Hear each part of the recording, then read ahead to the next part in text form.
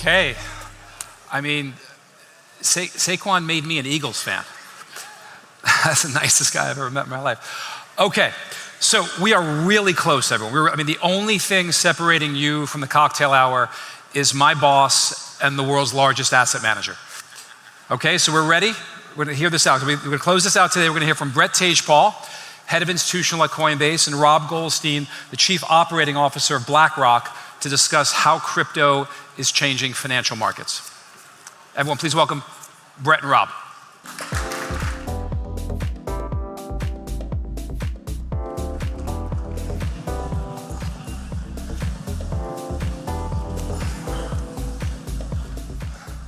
All right, Rob, I'm absolutely delighted to be here with you. I want to start by thanking you for your partnership. BlackRock has been just incredible for this industry. It's been incredible for Coinbase. Have completely appreciated the integration to Aladdin. We admire the scale you've achieved with your ETFs, your tokenized money market fund, and we all owe you an enormous debt of gratitude. Is that enough flattery to sort of get you warmed up to say nice things? Not really. Okay. Not really. All right. Well, but Brett, let me start out by saying thank you guys. I think you've been incredible. You, Coinbase, you personally have been incredibly helpful on our journey. And I know we've sort of kicked you guys in the shins a fair bit in terms of making sure that you were of the standard that at least we required relative to the traditional financial ecosystem. And I think you've done an incredible job with that. Thank you for the compliment. So it's actually the Investor Day at BlackRock today, and so we're really fortunate to get Rob to zip, from over there to over here. So since you're prepped on all questions, we're going to start at a high level. And it's been a kind of a crazy world for markets. And so just as leader of the largest asset manager in the world, tell me what are some of the things that keep you up at night? What are you worried about? What are you excited about? Talk to me about markets. And let me start out by saying I am a bit disappointed that you didn't ask me what I did with my first paycheck from the NFL. So I think that would have been a very natural segue. That's just one guy's opinion, but if you want to skip over those kind of questions, I think that when you look at the world today, it really is remarkable as to how much the world has changed over the past few years. And if you play the Rip Van Winkle game for a second, just rewind back to January 1st, 2020. If I would have told you, okay, let me explain what happens in the world for the next 5 years. You basically have this global pandemic where we have to shut down the world simultaneously. You can't really leave your house anywhere in the world. And we're going to try this thing called remote working, see if it works. Mm-hmm. So that's one thing. We're going to have a ground war in Europe between Russia and Ukraine. And in addition to that, we're going to have North Korean troops as part of that. We're going to have this new technology that could save humanity or threaten humanity. We're going to have this popularism where politics is going to get more and more extreme. I could just keep on going. Yep. And then if you look, and I would have asked you, okay, 5 years later, what do the markets look like?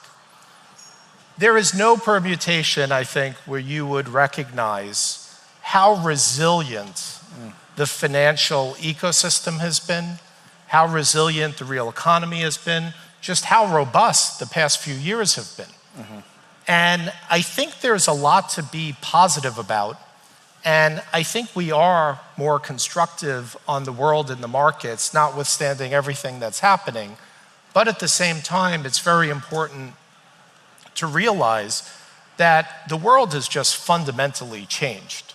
If you look at the past few years, the world has fundamentally changed in terms of technology, the rewiring of the global order. Mm-hmm. So one of the key drivers for the past several decades in the world has really been the integration of China into the global markets. That's obviously changing in this polarized world. Just politics and popularism is changing quite dramatically. The rate environment, deficits, all of this is changing at the same time that you have these incredible demographic forces. But I think when you look at all of it, the truth is the resilience of the real economy, particularly in the US, things are still growing and there's a lot of opportunity to make money. What is clear, and I think this is gonna touch a little bit on some of the discussions about, why is BlackRock as an asset manager here at the Coinbase conference, like what are we doing? I think it's also clear that building portfolios to achieve specific outcomes is getting progressively harder. And building portfolios that have tools in them that really enable diversification is also getting progressively harder. So we are constructive. I think it really is miraculous how resilient the financial ecosystem has been. And I think there's a lot to be positive about in terms of the markets, notwithstanding how easy it is to get into this negative feedback loop with the media. Interesting. I'm going to tell a personal story because you triggered me as we were going through the memories of COVID. But so 5 years ago, I joined Coinbase, and I was talking to Brian and Emily, and we were trying to do some goal setting on what it would mean to build an institutional business. And the first thing that Emily said to me was, I want you to get BlackRock invested in the space. And that was at a time where Coinbase was essentially still entirely a retail app. You and I have talked for quite some time. To embarrass you for a second, I did make a quick outgoing phone call. I don't know if you remember what you said, but you said, Brett, I understand why it'd be really great for your business to have us as a client, but think a little bit more about the value proposition for BlackRock to get into this space. Oh, that's much more polite than I would have guessed. That's good. Very professional. And then there was like a duh. I'm like, did he just hang up? So it has, though, to your point on resilience of the financial system, resilience of your own view and of the world, your comments on technology. So the past 2 years has been crazy within the context of crypto. So any reflections on sort of the thoughts you had when you embarked on this mission, what you've learned in the past 2 years and where you ended up? Absolutely. I mean, I actually believe it's a really interesting case study. And I think it's a really interesting case study in several regards. So to give you a sense of the journey that BlackRock has been on here, we had put a team together, I think it was in 2016 or 2017. And we drove the team nuts because we had them do analysis after analysis after analysis with a conscious strategy of not wanting to do anything. And that was our conscious choice. It wasn't, we would have all these people come to us and tell us what idiots we were because we're not doing this, we're not doing this, and we're not doing this. And I felt reassured because we had spoken about doing those things and we actually chose not to. Right. We actually chose not to. And we thought there would be a point where it made sense to start. But we took a very different perspective than what we normally do as a company because there's so much energy and buzz about this topic, it needed to be managed a little bit differently. So we had a strategy, and maybe 3 years ago, 4 years ago, we finally reached the point where we said, okay, now is the time. And normally, when we have a strategy, we try very hard not to share it with the world. Normally, that's a good thing. You don't want everyone to know what you're doing. And in this case, we decided, because there was so much buzz of people telling us what we should be doing, and people telling the media that they told us what we should be doing, therefore there was an assumption that we were doing it, we decided to take a completely different approach. We actually sent a memo to the whole firm with, this is our strategy. And we've been maniacally focused on these 4 components that define our strategy, and that's really been the past 2-3 years. So the first part, quite simply, was this concept of ecosystems and networks. Our Aladdin platform is one of the primary networks with regard to traditional finance. And we felt, and we continue to believe, that the core role that BlackRock should play in terms of value proposition is how do we be a bridge between traditional finance and this alternate universe, this digital asset ecosystem that had emerged. So we basically said, okay, how do we find a partner that is the closest thing to the Aladdin of this digital assets ecosystem?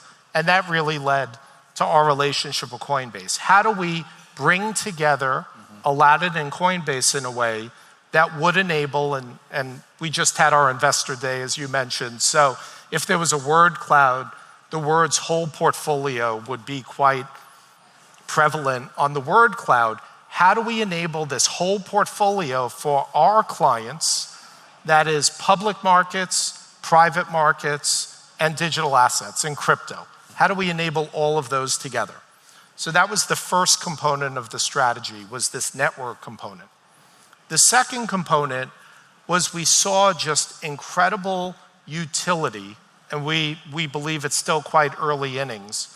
We saw incredible utility with regard to stablecoins. And we saw not only incredible utility, but we saw a real requirement for the underlying assets to be managed, not sort of like a money market fund, but in a money market fund. And we are one of the largest managers of money market assets in the world.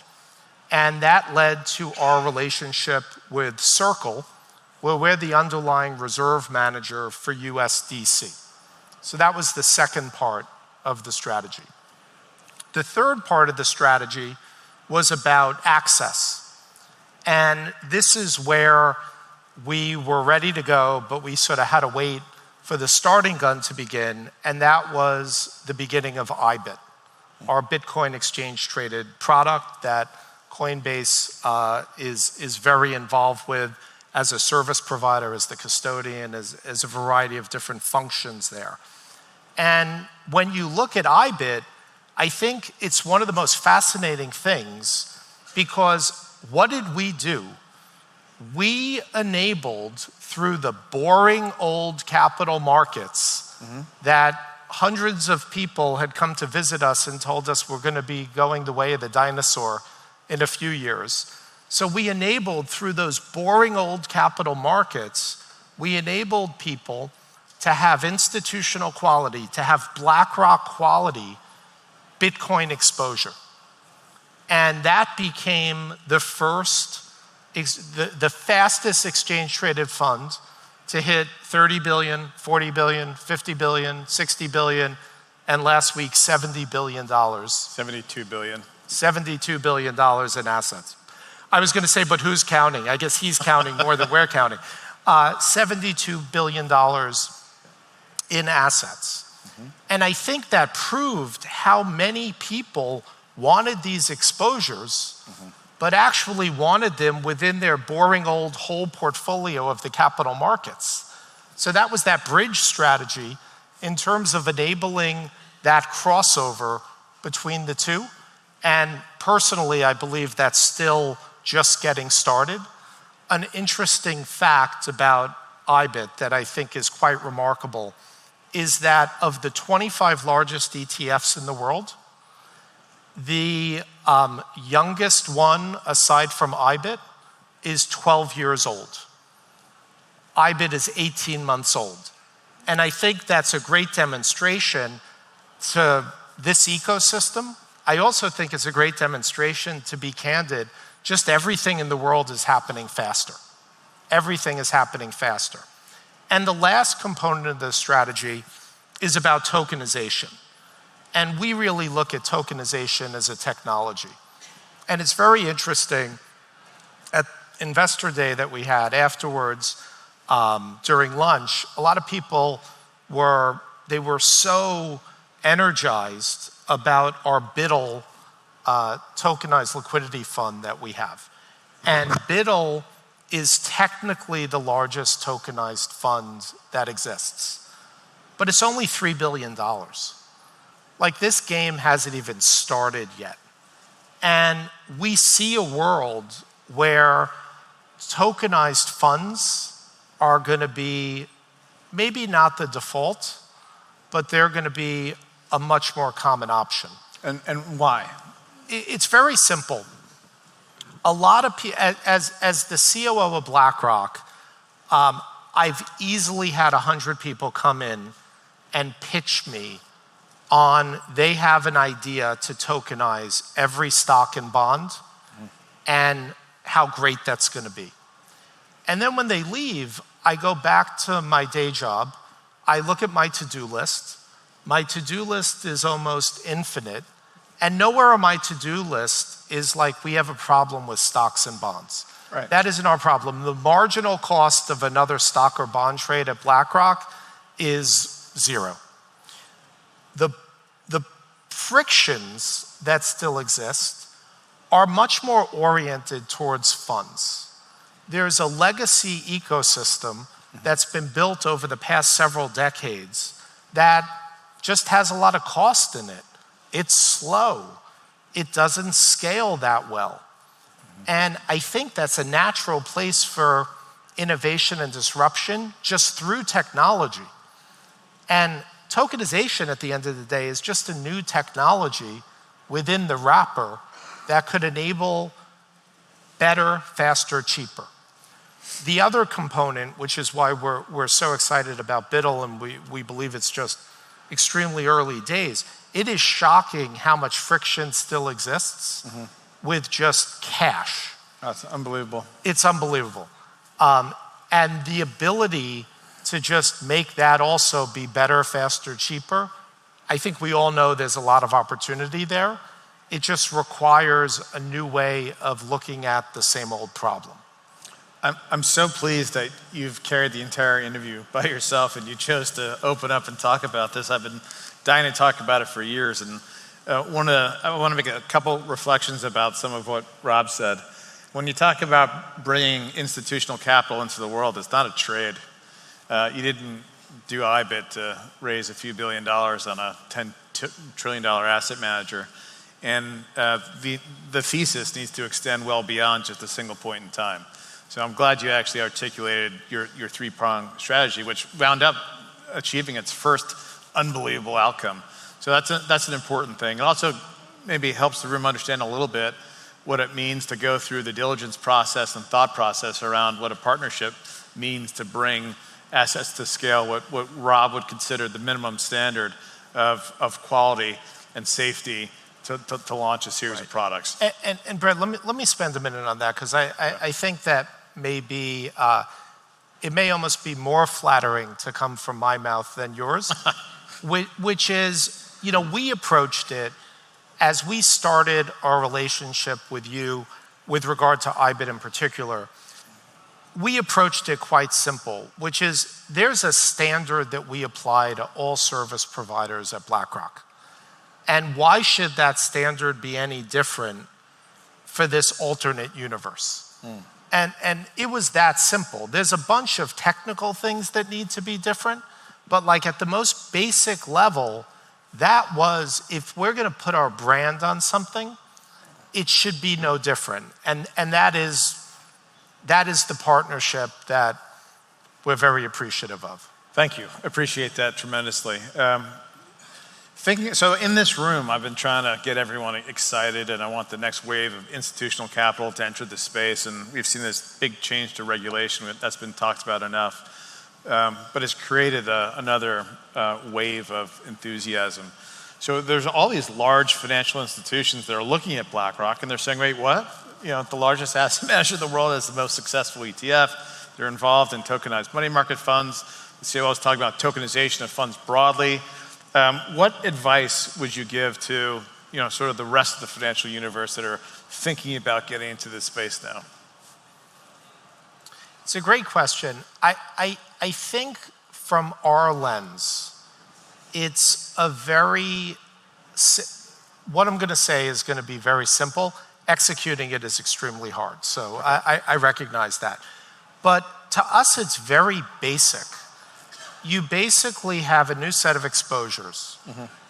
The real utility in Unlock is to be able to put them in the whole portfolio. And interestingly enough, I think you could turn the telescope around also and say, ultimately, how do you put these capital markets exposures in digital wallets? And how do you go? So if you think about the bridge strategy of this alternate digital asset universe and bringing it to the capital markets, I think it's naive to assume, and this doesn't have to be in a month, but if you look out over time, it's naive to assume that you don't also have to think through how do you bring the traditional capital markets to this alternative universe. And I think both connection points will define the next decade.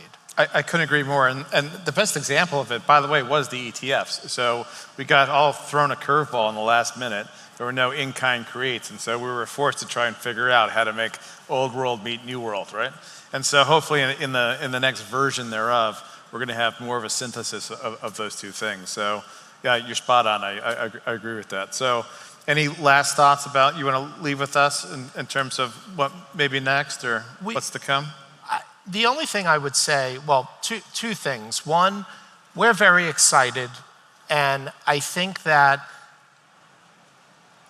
everyone has learned something through the ETP experience with regard to Bitcoin. And what the key learning, in my opinion, is how much opportunity there is to build those bridges.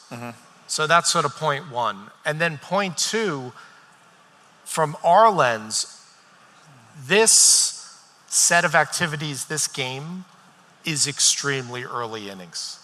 It is extremely early innings. There's so much more opportunity here. It's barely started yet. Okay. So I want to end where I started, which is a thank you for your leadership. I didn't forget that you bravely went out and tried to do the ETFs with a backdrop that still wasn't all that crypto friendly, which was a spark and a catalyst that kept this industry moving forward. We won't forget that. So thank you very much, Rob. Appreciate taking the time, and thank you all.